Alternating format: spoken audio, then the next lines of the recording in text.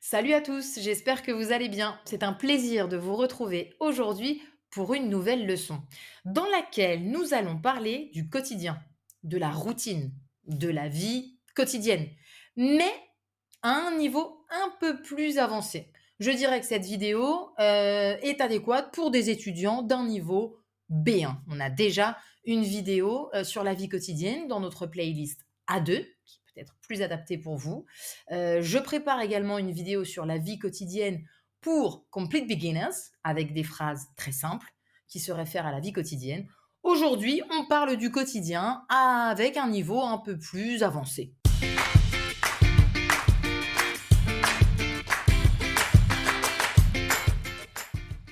La première expression, phrase à laquelle j'ai pensé, c'est métro, boulot, dodo. Métro, vous savez ce que c'est. Boulot, c'est la manière informelle de parler du travail. Et dodo, c'est la manière familière, mais surtout un peu enfantine, de se référer au sommeil, dormir. Ok. Donc ça, c'est une expression qui est née fin des années 60 en France. Et en vrai, on l'utilisait pour justement exprimer cette routine et cette monotonie, cette répétition dans la vie d'un Parisien. Et je dis bien Parisien, parce qu'au début, c'était vraiment, on se référait à la vie d'un employé typique de la capitale, donc de Paris. Comment s'est passée ta semaine? Oh, comme d'habitude, métro, boulot, dodo. Peut-être que vous ne prenez même pas le métro pour aller au travail, mais peu importe. L'expression maintenant signifie la routine. Et au lieu de dire bof, la routine, la monotonie, la vie quotidienne, on utilise cette petite expression, je ne me souviens plus du nom exact. Métro, boulot, dodo, ça porte un nom que j'ai oublié, j'en suis navrée. Si je le retrouve, je le mettrai en commentaire. Métro, boulot, dodo. Ok, qui donc, par extension, comme je le disais, se réfère à la routine et un peu la monotonie de la vie dans la grande ville quand on travaille. Voilà, ça c'est ma première expression. Donc vous pouvez dire ça maintenant quand on vous demande. Ça a été ta semaine? Métro, boulot, dodo. Même si vous ne prenez pas le métro. Ok. Et même si après le boulot, vous ne faites pas tout de suite dodo. On s'est bien compris. Avoir une panne de réveil ou plutôt avoir une panne d'oreiller. Ça veut dire trop dormir. OK, votre réveil a été tardif, vous êtes en retard. Vous arrivez au bureau, il est 9h30, vous étiez attendu à 9h et vous savez déjà ce que monsieur Blanchard va vous dire. Panne d'oreiller ce matin? OK? Ou on dit pas trop panne de réveil, on dit mais c'est comprenez le côté ironique, sarcastique de la chose. Le réveil n'a pas sonné? Ça veut simplement dire que vous êtes en retard. OK? Panne d'oreiller, same thing. D'accord. Et vous, vous répondez: «Non, les bouchons, le trafic, infernal». En d'autres termes, vous mentez pour, avoir moins de problèmes avec monsieur Blanchard. Ensuite, souvent quand on parle de la vie quotidienne, qu'est-ce qu'on dit? Je me réveille, je me lève, je me brosse les dents, je me coiffe, je m'habille, je prends mon petit déjeuner, je OK. Et si vous avez un chat, peut-être que vous allez devoir changer la litière du chat. Si vous avez un chien, peut-être que vous allez devoir descendre avec le chien ou simplement aller promener votre chien, faire la promenade du matin. Si vous avez des enfants, alors il faut inclure tout un autre chapitre. Je vais aussi réveiller mon enfant ou mes enfants, l'aider à se préparer, préparer son sac à dos, le déposer à la crèche, à l'école, chez la nourrice, chez la nounou, etc. J'ai également mis que peut-être que vous devez donner à manger à votre lapin ou à vos poissons rouges, etc. Si vous êtes complètement crevé, d'accord, donc vous êtes fatigué, vous êtes crevé, vous êtes pas bien réveillé, il y avait peut-être une expression. Non, j'ai juste mis ça, la panne d'oreiller et tout ça, pour vous donner un coup de fouet. Elle est bien cette expression. Un coup de fouet, il y a plusieurs techniques. Soit le café, le jus d'orange pour certains peut-être. Pour d'autres, ça va être de chanter à tue-tête ou danser, se déhancher sur votre chanson préférée avant de partir travailler.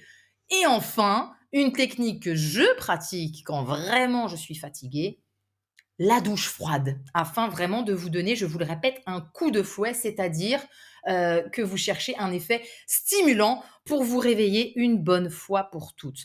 Une fois arrivé au boulot, au taf, au travail, au bureau. Peut-être que vous devez passer des coups de fil, expression, coup de fil, ça veut dire, passer des appels tout simplement, téléphoner. Je ne m'attarderai pas plus sur, la journée. En revanche, à la fin de la journée, peut-être que de nouveau, vous serez crevé sur les rotules et là, malgré tout, il faut aller faire les courses parce que le frigo est vide et faire un minimum de corvées ménagères, d'accord? Tâches ménagères, corvées ménagères. Corvée, on a, un petit peu plus ce ton négatif, quelque chose qui vous pèse, qui ne vous plaît pas.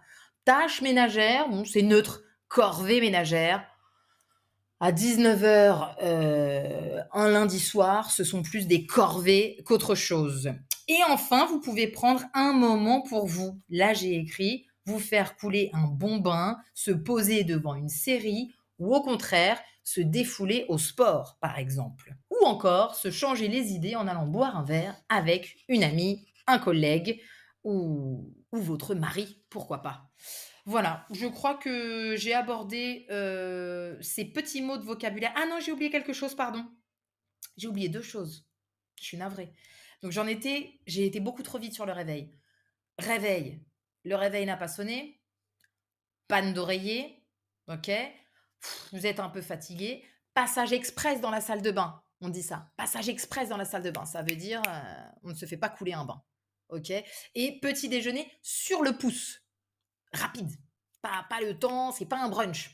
Petit déj sur le pouce et après, le coup de fouet avec la douche froide, le triple expresso, le jus d'orange, la chanson, préférée sur laquelle vous dansez et cetera.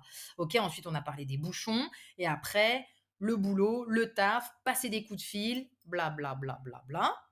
J'ai pas trop détaillé et à la sortie, vous êtes crevé sur les rotules, le frigo est vide, faut faire les corvées ménagères et enfin vous prenez du temps pour vous. Voilà et on n'oublie pas bien sûr métro, boulot, dodo. C'est pas toujours, fun, mais c'est le quotidien de beaucoup de personnes. Est-ce que vous vous identifiez dans ce quotidien que j'ai décrit? Est-ce que vous avez un lapin, un chien, un chat, des enfants, poisson rouge? Je ne sais pas. Et est-ce que vous souhaitez ajouter à cette leçon, du vocabulaire B1 pour parler de votre quotidien? Si c'est le cas, je vous écoute, je vous lis en réalité. J'espère que cette leçon vous aura plu. Je vous invite à l'écouter et la réécouter. Et si vous souhaitez, pratiquer un petit peu tout ce qu'on vient de voir, vous avez juste à aller sur lingoni.com. Vous pouvez soit, faire votre essai gratuit, the free trial et si vous nous connaissez déjà, bah, vous pouvez continuer à progresser grâce à nous, à nos feuilles d'exercices, nos podcasts, notre outil de prononciation, les exercices interactifs, les PDF que vous pouvez télécharger. Bref, la totale. Merci de nous avoir suivis encore aujourd'hui et à très bientôt. Ciao, ciao.